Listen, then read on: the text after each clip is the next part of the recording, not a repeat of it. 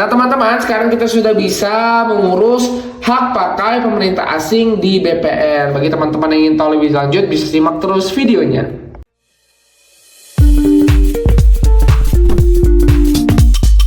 Video ini dipersembahkan oleh Radar Edukasi, berbagi wawasan menambah pengetahuan. Halo teman-teman, kembali lagi bersama saya di Radar Edukasi. Nah teman-teman, pada kesempatan kali ini saya akan bagikan cara ataupun proses untuk mengurus hak pakai instansi pemerintah asing di BPN.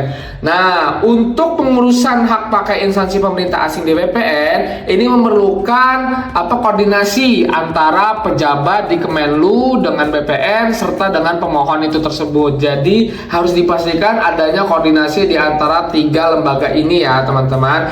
Nah, untuk dokumen yang harus diajukan sebagai dokumen umum, yang pertama adalah nota diplomatik atau surat resmi dari kedutaan. Nah, itu dari kedutaan harus dibawa untuk permohonan memperoleh hak atas tanah. Kemudian kedua adalah identitas perwakilan melalui paspor ataupun visa, baik itu izin tinggal dari kepala perwakilan ataupun pejabat yang berwenang. Nah, kemudian di situ harus menyerahkan formulir atau form terkait dengan tujuan penggunaan. Itu juga harus dibawa yang jelas dan terperinci ya teman-teman. Jangan sampai ada kelalaian sedikit pun. Kemudian teman-teman juga harus membawa peta lokasi sebagai deskripsi lokasi tanah yang akan dimohonkan.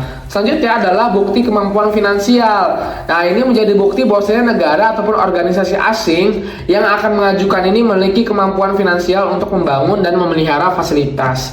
Kemudian setelah itu bisa membawa dokumen lainnya ini seperti dokumen terkait dengan perjanjian bilateral ataupun multilateral yang mendasari keberadaan perwakilan asing di Indonesia. Ini jika ada ya teman-teman.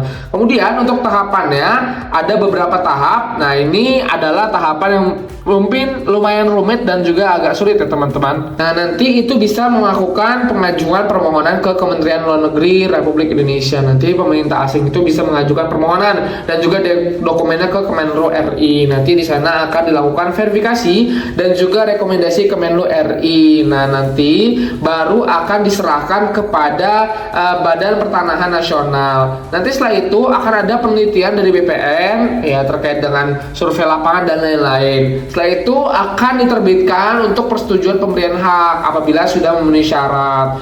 Nah, untuk kasus ini biasanya itu SK diterbitkan ini di tingkat pusat ya, karena teman-teman mengingat ini adalah negara asing dan sudah subordinasinya itu lebih tinggi ya teman-teman. Kemudian setelah itu baru didaftarkan haknya. Kemudian setelah sudah selesai baru diterbitkan dan juga kita mengambil sertifikatnya. Seperti itu teman-teman terkait dengan cara mengurus sertifikat ataupun hak pakai pemerintah asing di BPN. Sampai jumpa di video lain kali.